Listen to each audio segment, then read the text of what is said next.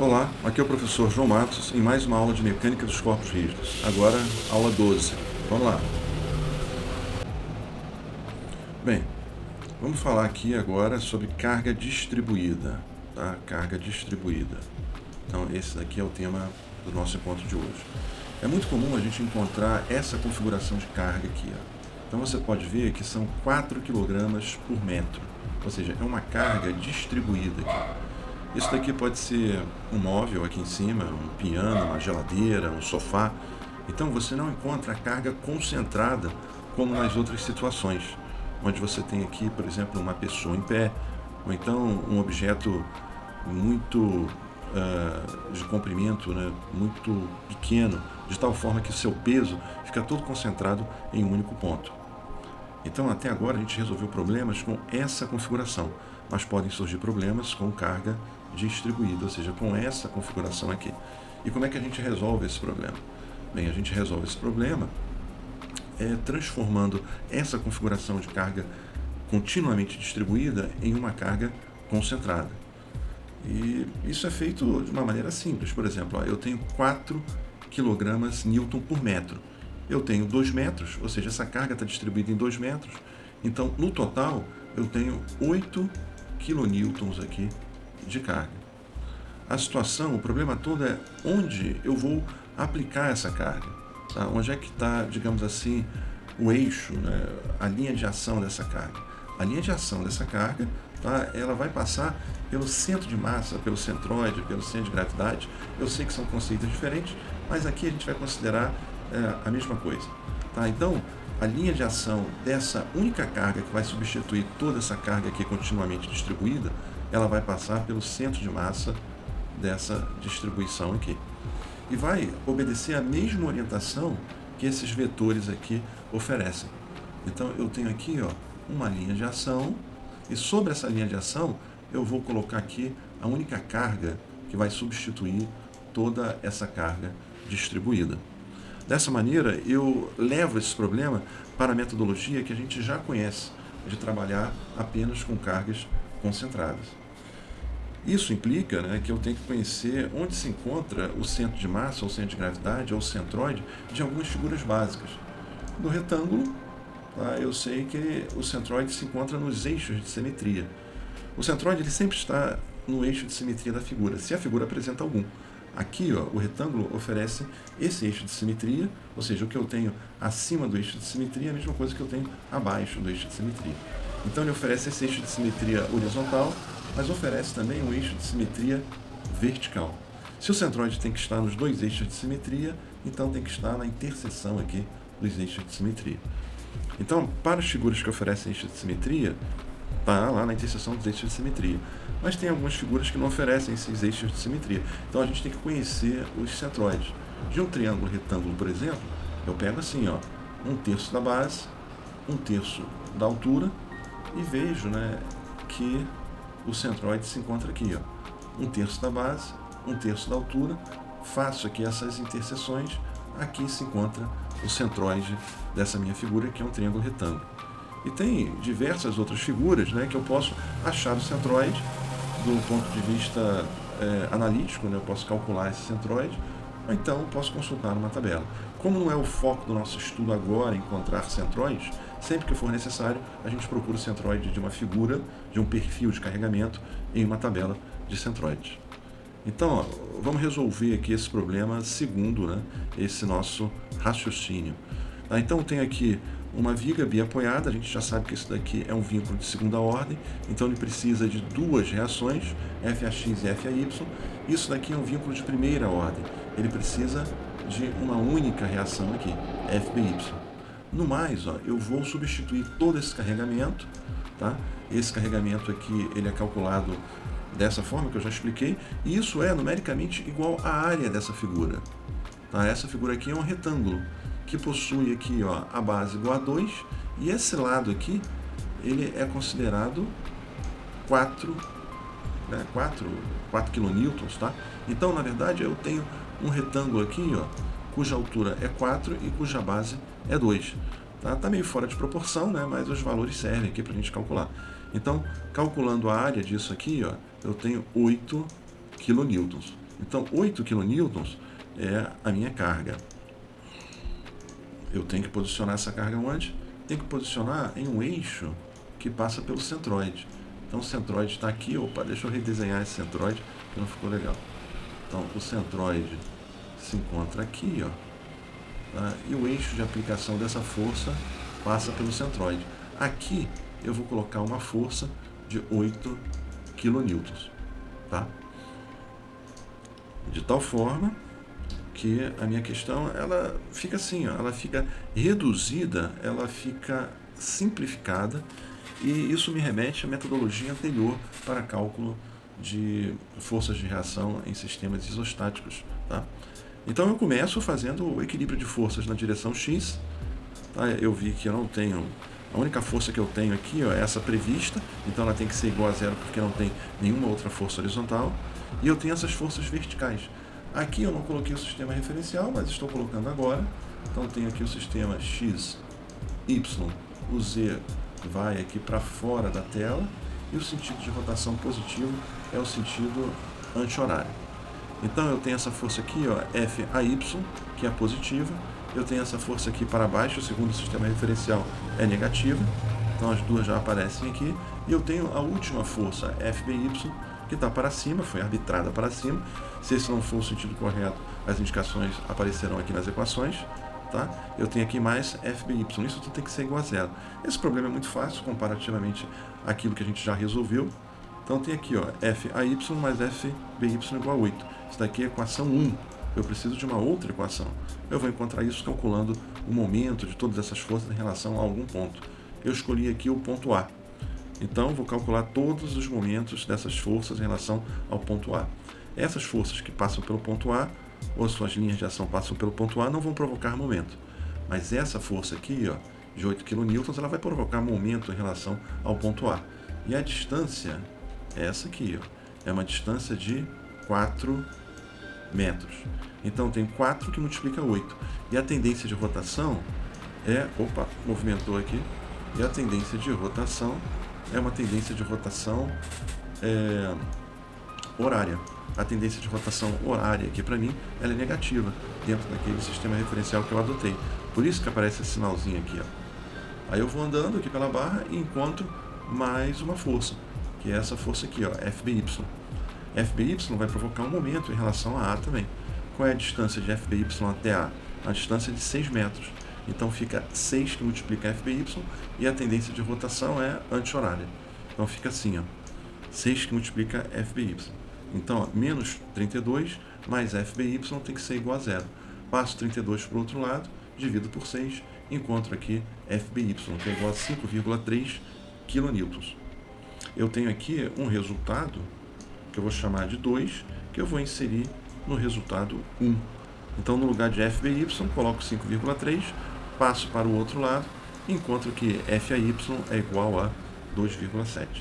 Ou seja, encontrei todas as forças de reação, que é geralmente o que se pede nesse tipo de exercício. Tá?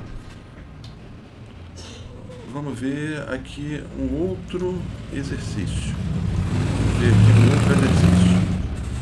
Está barulhento hoje aqui, mas a gente continua assim mesmo. Temos aqui o problema, obtenha as reações nos apoios. Então aqui a gente tem uma mistura de informações. Nós temos forças inclinadas, que é essa força aqui de 4 kN. Nós temos essas distribuições contínuas aqui, que temos que substituir por carregamentos concentrados. Tá? E vamos fazer isso, né? Então aqui, ó, a gente tem que calcular pela área dessa figura a carga equivalente. Vamos lá, vamos fazer isso. Eu tenho aqui, ó, 3,5, quer dizer, 3 que multiplica 1,5.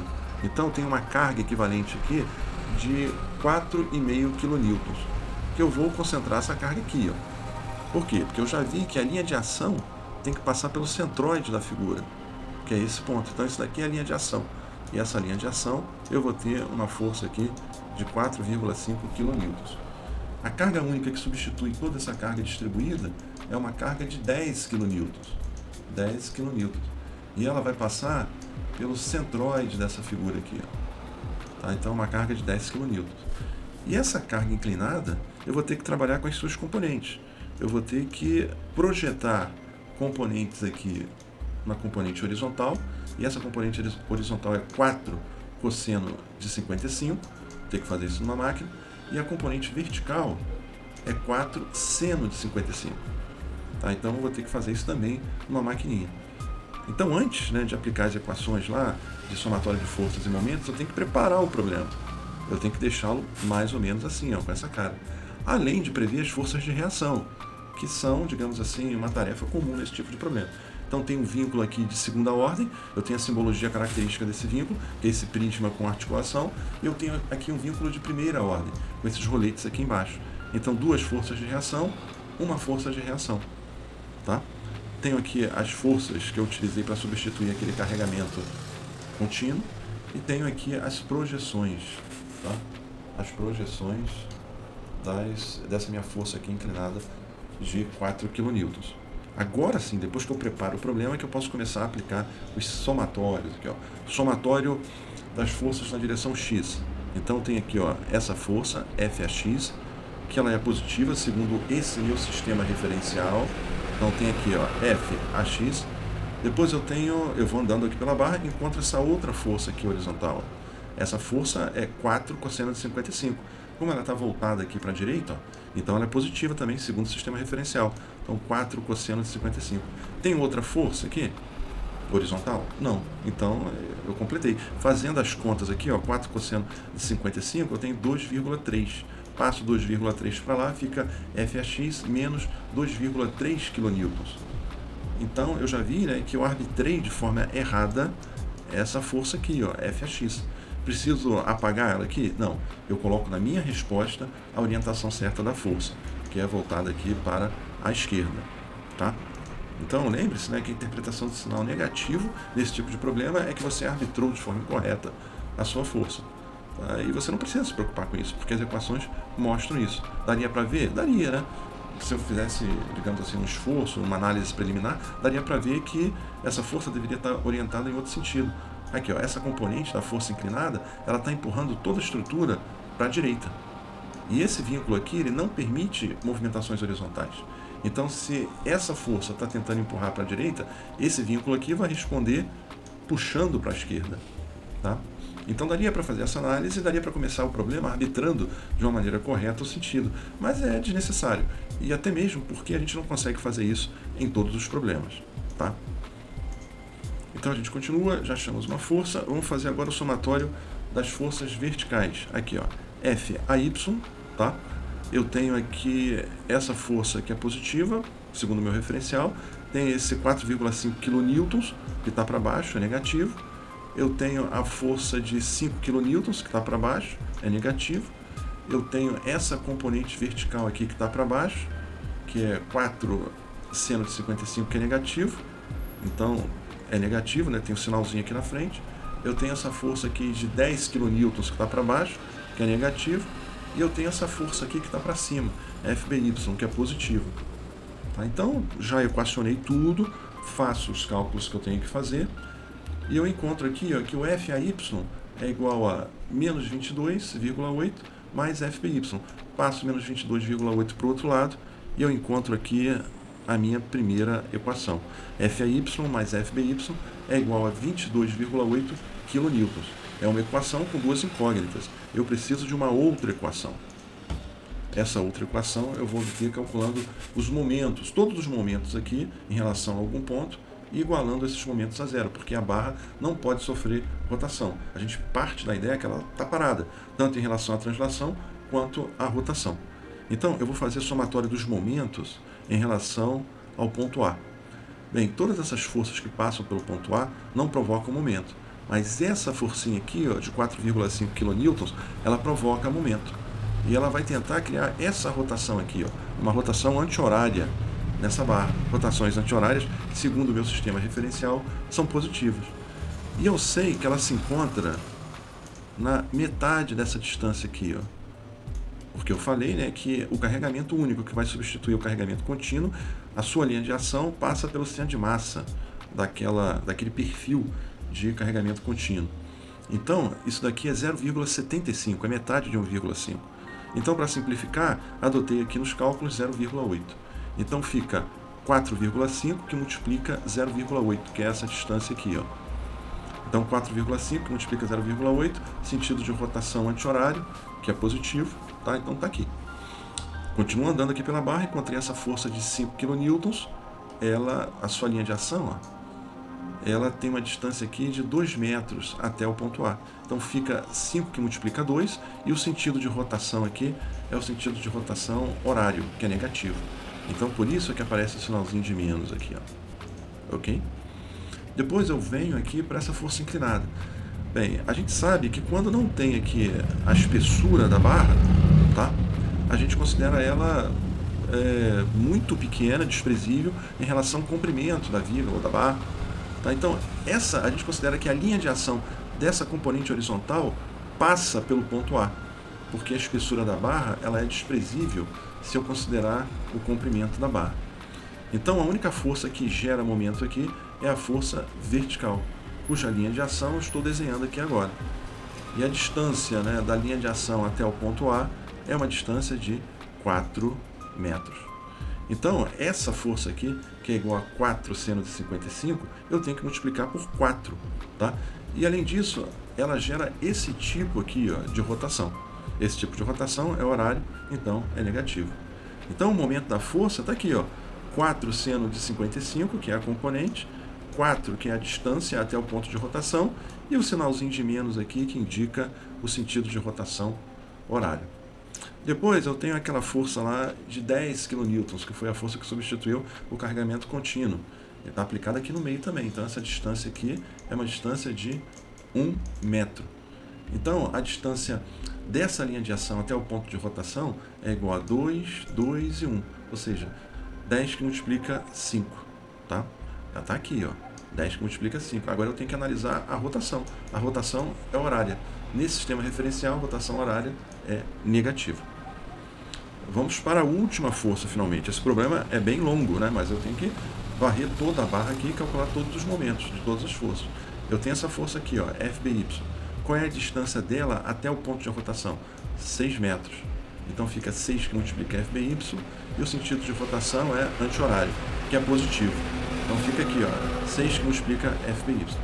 Fazendo as continhas básicas aqui, eu tenho 4,5 que multiplica 0,8, 3,6, menos 5 que multiplica 2 dá menos 10, 4 seno de 55 que multiplica 4, aproximadamente 13,1, com um sinalzinho de menos na frente, 10 que multiplica 5, 50, com um sinalzinho de menos na frente, e 6 que multiplica FBY, isso tudo igual a zero. Fazendo as contas aqui, somando algebricamente, jogando para um lado e para o outro, a gente obtém aqui, ó, que o FBY é igual a 11,6 kN. Pego isso e jogo na equação que a gente achou na outra tela. FAY mais FBY é igual a 22,8. Coloco aqui, ó, 11,6, passo para o outro lado e encontro que o FAY é igual a 11,2. Ok?